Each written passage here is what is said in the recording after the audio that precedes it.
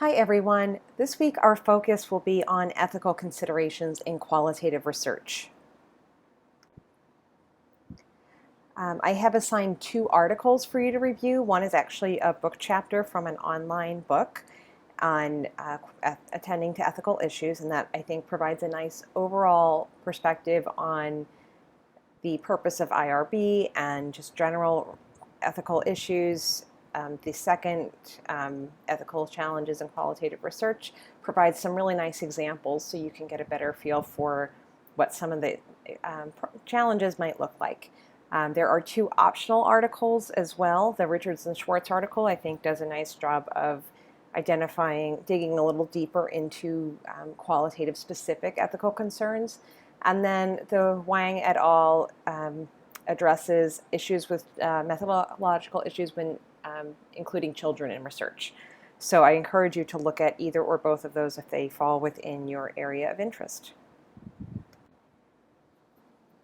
So the principles of ethics, of research ethics, that are described in the Putnam chapter are autonomy, that people are participating of their own volition; beneficence, which means that we're not going to cause harm to people by them participating; the right to privacy, so confidentiality of participation and of records; respect for dignity; and justice. And these can all manifest in very different ways across qualitative studies. We do have an institutional review board at GW, as do any institution that conducts research. Certainly most universities have an IRB, and there are private IRBs as well that can work with private foundations or groups that don't have a standing IRB. And the mission of the GW Office of Human Research is to support GW research community in the conduct of innovative and ethical research by providing guidance, education, and oversight for the protection of human subjects.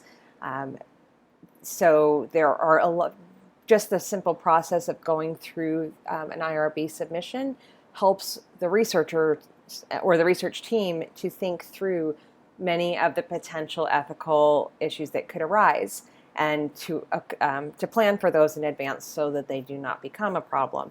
However, ethical issues can still arise, and what they look like in qualitative studies is a little bit different than quantitative research. So one of the first things you might think about is, most qualitative studies are considered minimal risk because there's nothing invasive. We're not giving a treatment or an intervention of any kind. We're not testing medication. So there's no physical harm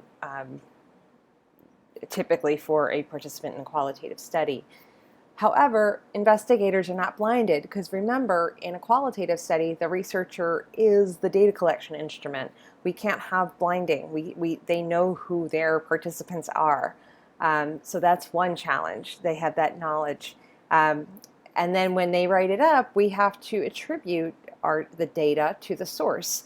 And in a qualitative study, that means text of what a person said or a description of what they did. So some ways we deal with that is by the use of pseudonyms or by removing or changing identifying details.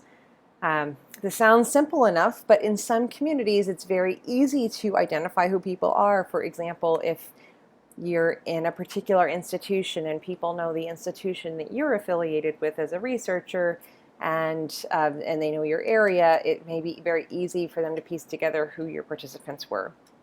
And we really want to do what we can to avoid that. And the other thing that can come up is stigmatization of marginalized groups. So whether they are some kind of minority group in the population or have a group with a health condition that is stigmatized, or any kind. There's a sensitive subject matter. Just the simple act of participating, and again, people knowing your research area, and then being able to link to who your participants are in a sensitive community or a marginalized community can be a special ethical issue. For participation in a qualitative study, participants may experience anxiety and distress, especially if they are recalling a traumatic event or difficult situation.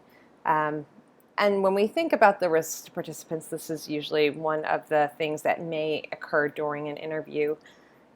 For example, exploitation, and that kind of touches back to the marginalized groups concern that people may also feel pressured to participate in a study depending on the relationship of the researcher or the institution to the participant.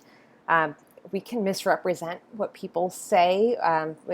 This is and sometimes it could be done inadvertently, that the researcher just didn't quite understand what what the participant was trying to communicate. We would hope that people would not purposefully misrepresent their findings, but it's certainly possible and something to be avoided. And again, that identification issue of, how do we protect people's identity when we share the findings of our studies.